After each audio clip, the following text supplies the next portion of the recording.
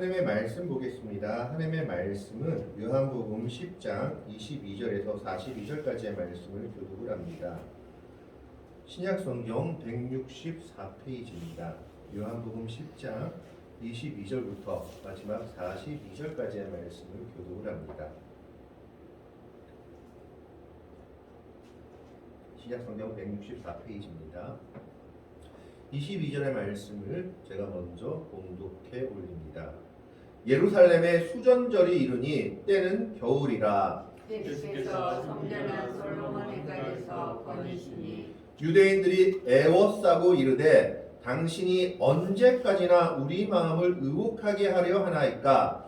그리스도이면 밝히 말씀하소서 하니. 예수께서 대답하시되 내가 너희에게 말하였을 때 믿지 아니하는도다. 내가 내 아버지의 이름으로 행하는 일들이 나를 증거하는 것이거늘 너희가 내 양이 아니므로 믿지 아니하는도다. 내 양은 내 음성을 들으며 나는 그들을 알며 그들은 나를 따르느니라. 내가 그들에게 영생을 주노니 영원히 멸망하지 아니할 것이요 또 그들을 내 손에서 빼앗을 자가 없느니라. 그들을 주신 내 아버지는 만물보다 크심에 아무도 아버지 손에서 빼앗을 수 없느니라. 나와 아버지는 하나이니라 하신대. 유대인들이 다시 돌을 들어 치려 하거늘 예수께서 대답하시되 내가 아버지로 말미암아 여러 가지 선한 일로 너희에게 보였거늘 그 중에 어떤 일로 나를 돌로 치려 하느냐.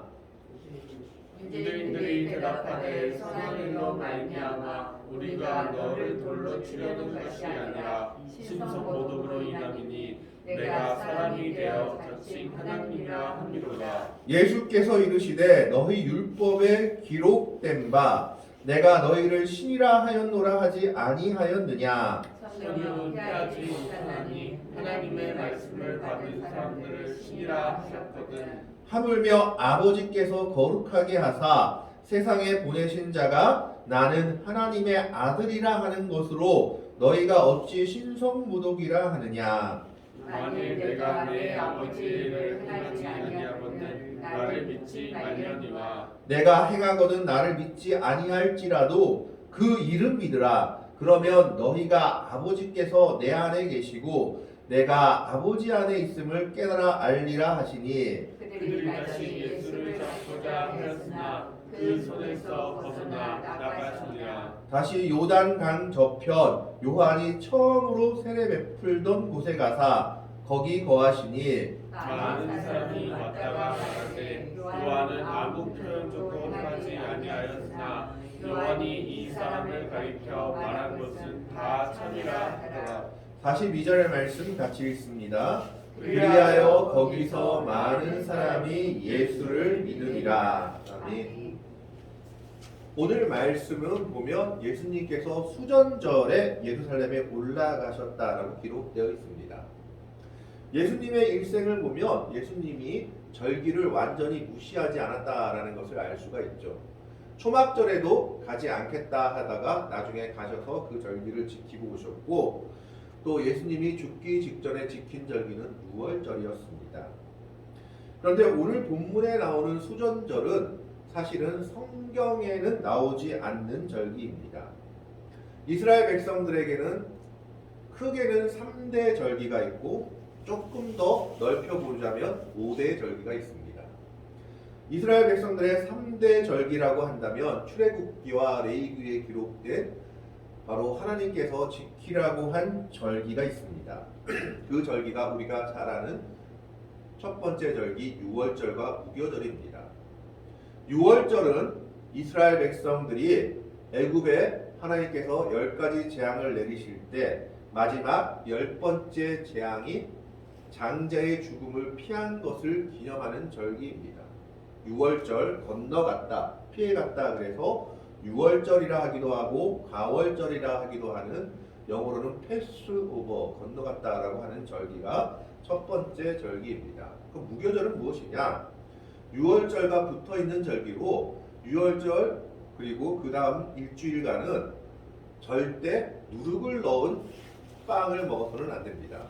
그러니까 한마디로 말하자면 효소를 넣지 않고 그런 맛없는 빵을 먹는 절기가 일주일이 있는데 그것을 무교절이라고 합니다. 그래서 붙어있는 절기고, 그 다음 성경에서 말하는 절기가 우리 교회에서도 지키는 7월 첫째 주로 맥추절입니다. 이 맥추절은 첫 열매를 드리는 절기입니다. 그런데 왜 맥추절이 됐느냐? 이스라엘 백성들이 농사할 때 가장 먼저 열매 맺는 것이 밀이었기 때문에, 밀이나 보리였기 때문에 맥추절 혹은 초실절 또는 6월절 이후에 49일, 77일이 지난 후에 지난다 해서 오순절 또는 77절이라 부르기도 합니다. 그래서 맥추절 두 번째 절기, 그것은 무슨 절기냐? 가장 처음 열매를 드리는 절기. 그러면 성경에서 말하는 세 번째 절기는 무슨 절기냐면 수장절, 장막절 혹은 초막절이라고 하는 절기입니다. 모든 것을 다 거두어 드리고 이것을 창고에 넣은 것을 기념하는 절기입니다. 그런데 이 초막절은 왜 초막절이라는 이름이 붙었냐 하면 그렇게 하나님께서 복을 주신 것을 기념하지만 그들이 광야 생활을 한 것을 잊지 않기 위해서 그 초막절 기간 일주일 동안은 자기들의 집에서 생활하지 않고 움막이나 초막을 만들어서 이스라엘 백성들이 그곳에서 생활하며 광야 생활의 아픔 그리고 어려움을 되돌아보는 그런 절기였기 때문에 초막절이라 부르기도 합니다. 이것이 출애굽기나 레위기에서 말하는 세 가지 절기입니다. 이것이 이스라엘 백성들이 가장 기본적으로 지켜야 될 절기였는데 거기에 두 가지 절기가 보태집니다. 그 중에 하나가 불임절입니다. 불임절, 부르라는 말에서 온 말인데 제비 뽑다라는 말이죠. 이것은 에스더서에서 나온 절기입니다. 이스라엘 백성들이 하만의 괴력 때문에 죽을 뻔하다가 에스더의 믿음으로 구원받게 된 것을 기념하는 절기가 불임절입니다. 이것이 네 번째 절기였고 마지막 절기가 바로 오늘 본문에 나오는 수전절입니다. 성경에서 보면 한자로 수전절이라고 하는데 이 수전절이라는 말뜻을 한자로 고치면 보면 수가 고칠 수, 집이 큰 집 전이라는 뜻입니다. 그래서 수전절은 한마디로 말하면 큰 집은 하나님의 성전을 의미합니다. 그래서 성전을 깨끗하게 하고 정결하게 청소하고 수리하였다는 의미를 가지는 절기입니다. 헬라어로는 엔카이니아라고 하는데 이것은 아내라는 뜻을 가지고 있는 엔과 새롭다라는 뜻을 가지고 있는 카이노스가 합쳐진 단어라고 합니다. 그래서 엔카이니아라는 것은 안을 새롭게 했다라는 뜻을 가지고 있는데 더러워졌던 성전을 새롭게 하고 깨끗하게 한 것을 의미하는 단어입니다. 그래서 이 수전절을 영어로는 뭐라고 번역했냐 하면 The Festival of the Dedication이라고 영어로 말하고 있습니다. 우리말로 그대로 직역하면 성전 봉헌 축제, 즉 성전을 헌신해서 하나님께 드리는 것을 기념하는 축제다라는 겁니다. 그렇다면 이 절기의 이름에서 알 수 있듯이 이 수전절이라는 이 절기는 무엇을 기념하는 절기냐? 성전이 더러워졌는데 그 더러워진 것을 깨끗하게 하는 것을 기념하는 절기라는 것을 알 수 있습니다. 우리 성경에는 나와 있지 않지만 이 수전절에 대한 기록이 공동 번역 성경, 즉 가톨릭에서 보는 성경에서는 마카베오 상하를 통해서 그 유래에 대해 나타나 있습니다. 마카베오 상하라고 외경이라고 불리는 성경에는 그 내용들이 나타나고 있는데 이 내용이 어떻게 된 거냐 하면 알렉산더 대왕이 헬라 제국을 건설한 이후에 젊은 나이에 요절하고 맙니다. 이때 그의 제국은 그의 부하들에 의해서 4등분 되죠. 네 나라로 나뉘게 됩니다. 이 네 나라 중에 이스라엘을 점령하고 있던 나라가 셀레우쿠스 제국이라는 나라였는데 이 셀레우쿠스 제국에 안티오쿠스 에피파네스 4세라는 왕이 들어서면서 이스라엘 백성들이 엄청난 어려움을 겪게 됩니다. 그 이유는 이 왕이 헬라 문화의 신봉자였기 때문입니다. 이 왕은 헬라 문화의 아주 열렬한 신봉자로서 모든 사람들이 다 헬라 문화에 복속되기를 원했습니다.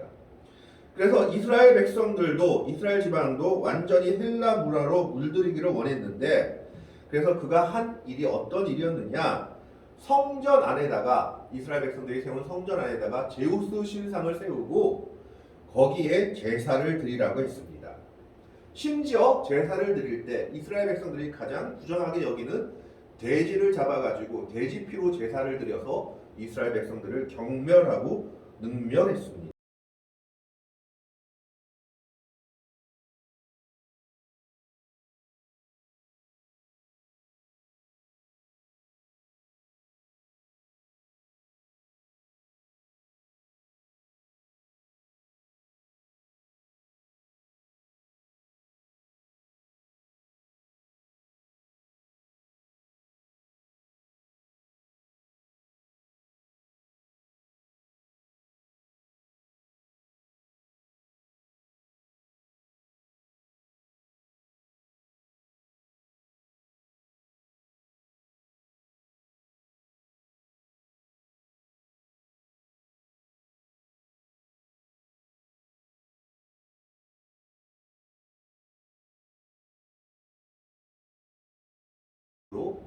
바로 그 자리에서 죽임을 당한 역사가 있었습니다. 그러나 이 왕의 권세가 너무 대단했기 때문에 이스라엘 백성들이 감히 이 일에 반기를 못 들고 있다가 이때 이스라엘 지방 중에 하나인 모데인 지방의 마따디아스라는 늙은 제사장이 그의 아들 5명과 함께 성전에 있는 이방신의 제단에 제물을 바치려고 서신을 가지고 온 사신을 죽여버립니다. 그리고 그들이 투쟁을 시작하죠. 우리로 말하면 항일 투쟁 같은 게릴라 투쟁을 산속에 숨어서 시작합니다. 그리고 이 제사장이 죽은 후에 그의 아들 5명 중에 셋째 아들인 마카비가 지도자가 되어서 이 왕과 결정적인 전쟁을 벌입니다. 그 당시에는 누가 봐도 이 마카비가 지는 전쟁이었습니다. 왕들은 최신 무기로 병거와 여러 무기로 무장을 하였고 이 사람들은 별로 변변한 무기도 없는 3,000명 대 5,000명, 10,000명이 넘는 사람들과의 싸움이었습니다. 그러나 하나님의 도우심으로 기적적으로 이 마카비의 군대가 큰 승리를 거두고 그들은 짧은 시간이지만 독립의 세월을 누리게 됩니다. 그래서 이 마카비가 독립하자마자 한 것이 무엇이냐? 성전을 청소한 겁니다. 성전 안에 있던 제우스 신상을 다 부수고 절기와 율법들을 다시 회복하기 위해서 지키게 한 겁니다. 그래서 이 날을 기념하는 것이 바로 수전절이었습니다. 그래서 이것은 하누카, 빛의 절기라고 부르기도 합니다. 왜냐하면 이때는 성전 안에 있는 7 촛대를 완전히 밝게 비춰놓고 그리고 하나님의 영광을 찬양하는 절기였기 때문입니다. 여기서 이 절기를 히브리어로 하누카 빛의 절기라고 부르는 이유가 있습니다. 전설이지만 마카베오가 승리하고 나서 성전을 8일 동안 촛불을 밝혀야 하는데 이때 촛불을 밝힐 거룩한 기름이 하루치밖에 없었다고 합니다. 그런데 그 하루치 기름을 가지고 촛불을 밝혔는데 하나님께서 놀라운 기적을 통해 하루치 기름이 8일 동안 타오르는 역사를 하게 해서 빛의 절기라고 얘기하고 있는 겁니다. 그래서 이 수전절은 어떤 의미를 가지고 있느냐? 첫 번째로 더럽혀진 성전을 정화시켰다는 역사적인 사건의 의미를 가지고 있는 절기입니다. 그렇기 때문에 이것은 예수님의 일생과도 일맥상통하는 부분이 있죠. 예수님이 예루살렘에 들어와서 가장 먼저 한 것이 성전을 청결하게 한 겁니다. 요한복음에는 공생의 초기에, 다른 복음서에는 공생의 말기에 이 일을 했다라고 기록되어 있죠. 그래서 두 복음서를 종합해 보면 예수님은 2번 성전 정화 사건을 하신 것이 성경에 기록되어 있습니다. 수전절 역시 더러워진 성전을 정화시킨 사건을 기념하는 절기입니다. 두 번째로 수전절은 조금 전에 말씀드린 것처럼 빛의 축제입니다. 7등대를 밝히면서 하나님의 영광과 빛을 나타내는 그 축제입니다. 그렇기 때문에 빛으로 오신 예수님과 일맥상통하는 부분이 있는 절기다라는 겁니다. 이 땅의 어두움에 빛을 밝히시기 위해서 영적으로 소경된 우리들에게 갈 길을 알려주시기 위해서 오신 예수님과 가장 어떻게 보면 잘 들어맞는 절기 중에 하나가 수전절입니다. 그것이 두 번째입니다. 세 번째는 수전절은 조금 전에도 말했듯이 마카베오가 자기들을 탄압하는 왕과 싸운 것을 기념하는 절기입니다. 그래서 이 수전절에는 독립의 정신, 저항의 정신이 깃들여 있습니다. 그렇다고 뭐 지금 권력자들과 싸우라는 얘기가 아니라 하나님의 말씀을 가지고 말씀대로 싸우기 위해서 투쟁하는 정신이 스며들어 있는 절기가 수전절이다라는 겁니다. 안티페네스 즉 안티오쿠스 4세 에피파네스가 이스라엘 백성들에게 절기도 지키지 말고 율법도 지키지 말고 안식일도 지키지 말라고 명령한 것에 저항한 것이 바로 수전절의 의미다라는 것입니다. 그런 세 가지 의미를 수전절은 가지고 있습니다. 첫 번째로 더럽혀진 성전을 정화시킨 역사적인 사건, 두 번째로는 빛의 축제, 세 번째로는 독립의 정신과 저항의 정신을 가지고 있는 절기입니다. 그렇기 때문에 이 수전절은 어떻게 보면 예수님의 일생과 예수님의 삶을 나타내고 있는 절기와 비슷하다. 그런 절기의 모습이다, 모형이다라고도 볼 수 있습니다. 어쨌든 이 수전절에 예수님이 예루살렘에 올라가셨습니다. 그리고 이 수전절이 보면 22절의 말씀에 보면 예루살렘의 수전절이 이르니 때는 겨울이다라고 기록되어 있습니다. 이 수전절은 추운 겨울 11월 12월이 그때였던 것 같습니다. 이때 예수님께서 예루살렘에 올라가셔서 하신 일이 무엇이냐? 23절의 말씀에 보면 예수께서 성전한 솔로몬 행각에서 거니시니, 솔로몬 행각이라는 것은 무엇이냐 하면 성전이 있는데 성전에 보면요 어떤 구조가 있느냐, 비피하는 구조로 기둥과 지붕이 이렇게 세워져 있는 곳.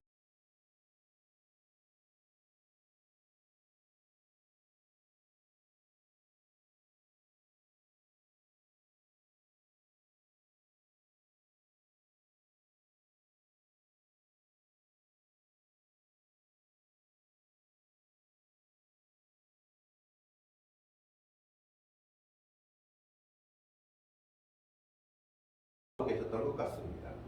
하나님의 말씀을 전파하고 하나님의 나라를 전파했던 것으로 보입니다. 이때 유대인들이 예수님께 와서 한 가지 질문을 합니다. 24절, 25절의 말씀을 보시기 바랍니다.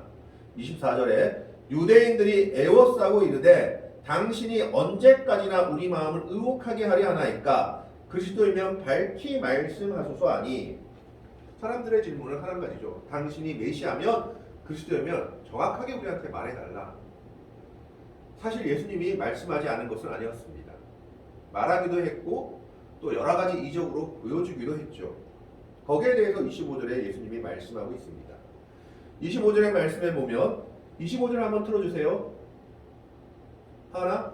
25절 한번 틀어주세요. 예수께서 대답하시되 내가 너희에게 말하였으되 믿지 아니하는도다. 내가 내 아버지의 이름으로 행하는 일들이 나를 증거하는 것이거늘. 예수님이 분명하게 말씀하시죠. 내가 너희한테 말했지 않느냐? 근데 너희가 믿지 않고 다시 나한테 물어보는구나. 뿐만 아니라 내가 내 아버지의 이름으로 행하는 모든 일들이 나를 증거하는 것이거늘. 성경에 보면 예수님께서는 여러 가지 이적들을 행하셨고 여러 가지 놀라운 일들을 행하셨습니다.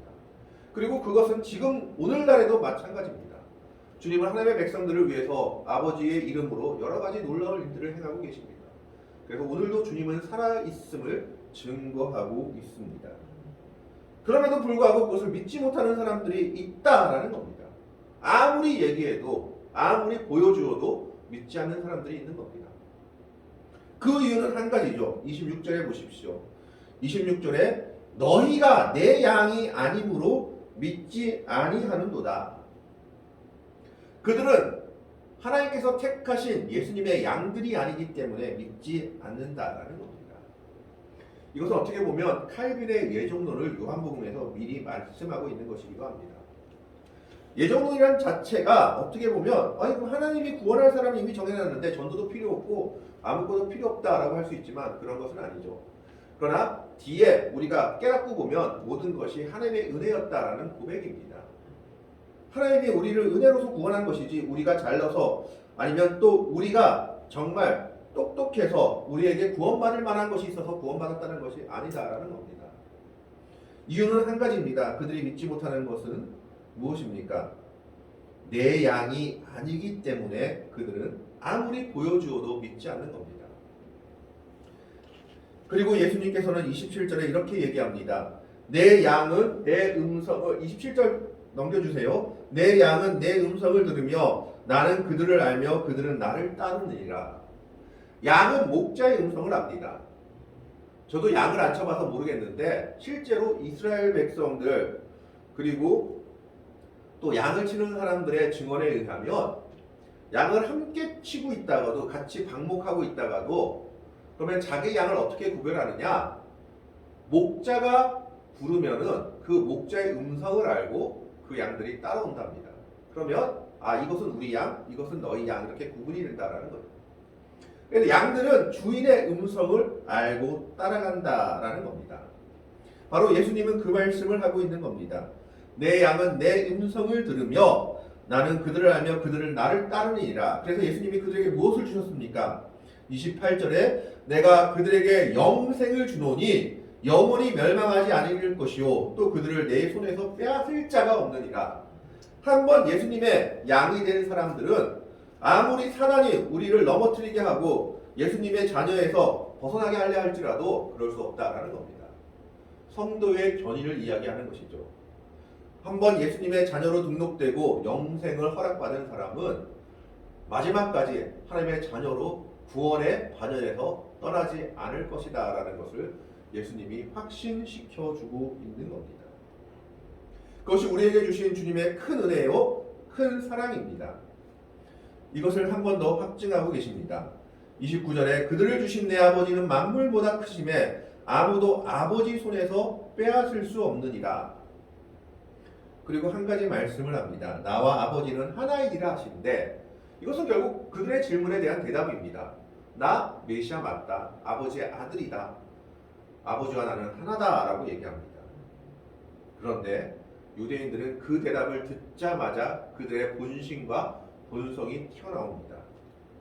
유대인들이 다시 돌을 들어 치려 하거늘 예수께서 대답하시되 내가 아버지로 말미암아 여러 가지 선한 일로 너희에게 보였거늘 그 중에 어떤 일로 나를 돌로 치려 하느냐. 예수님이 보이신 일 중에서는 유대인들이 그를 돌로 칠 일이 하나도 없었던 겁니다. 선한 일만 하셨죠. 좋은 일만 하셨는데도 그 대답 하나로 돌을 들어 치려 하는 겁니다. 그러자 그들이 이렇게 얘기합니다. 33절에 유대인들이 대답하되 선한 일로 말미암아 우리가 너로 돌로 치려는 것이 아니라 선한 일로 돌을 칠 일은 없다라는 것이죠. 예수님이 행한 일 중에서는 돌 맞을 일이 없다라는 겁니다. 그런데 한 가지 뭐 때문에요? 신성모독으로 임하니 내가 사람이 되어 자칭 하나님이라 함이로다. 자기들이 물어놓고 그 대답했다고 돌로 들어 죽이려 하는 겁니다. 이것이 그 당시 유대인들의 모습이요 서기관과 바리새인들의 모습이었습니다.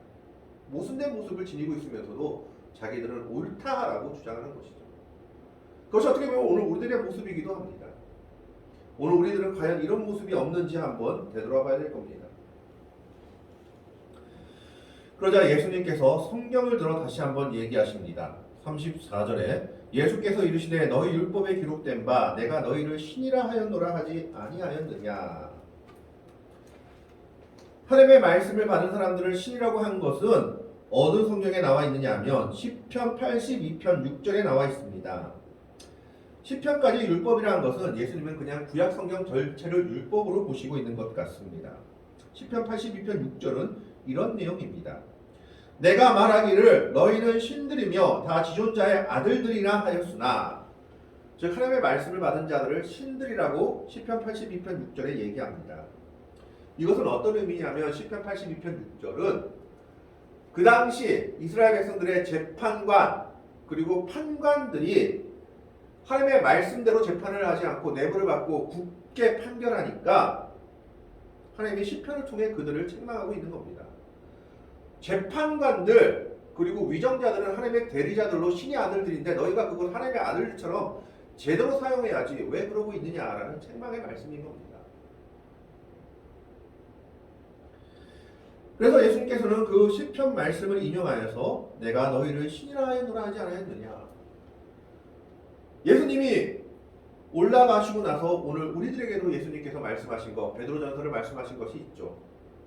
너희는 왕같은 제사장들이라 라고 얘기하고 있습니다. 만민 제사장 시대가 열린 것이죠. 그러면서 예수님께서 35절에 성경은 폐하지 못하나니 하나님의 말씀을 받은 사람들을 신이라 하였거늘 하물며 아버지께서 거룩하게 하사 세상에 보내신 자가 나는 하나님의 아들이 하는 것으로 너희가 어찌 신성모독이라 하느냐.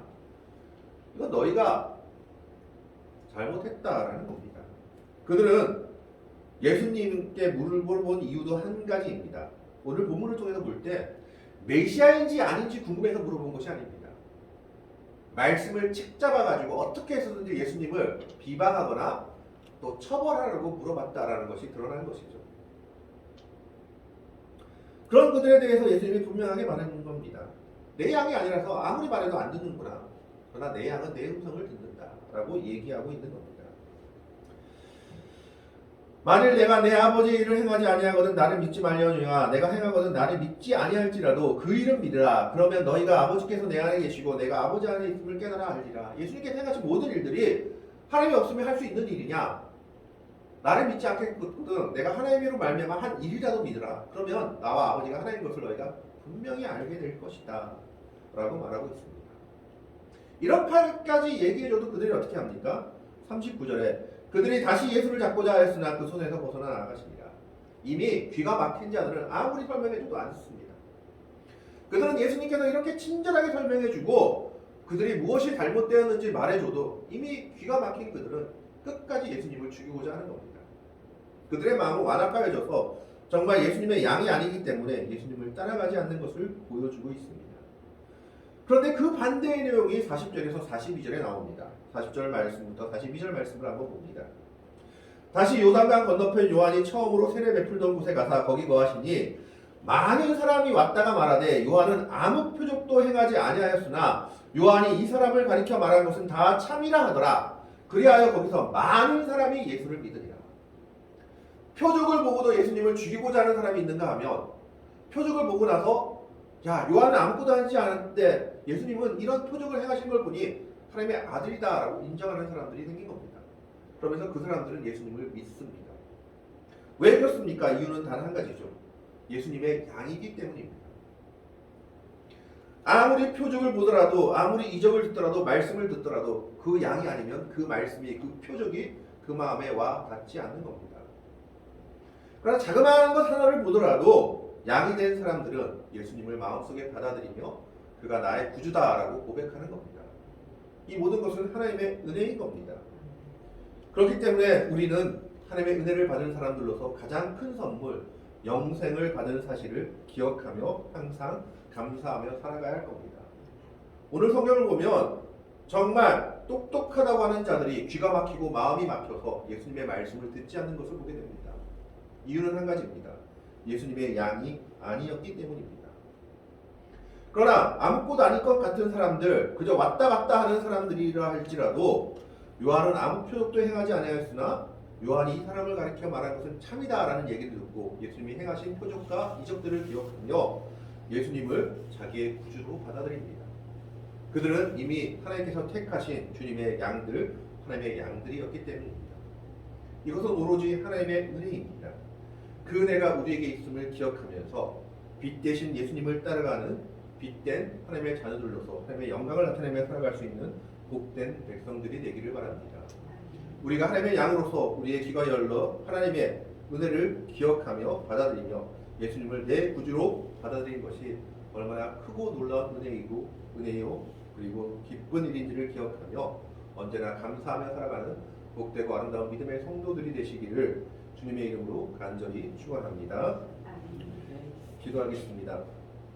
하나님, 수전절에 예루살렘에 올라간 예수님을 붙잡고 유대인들이 묻습니다.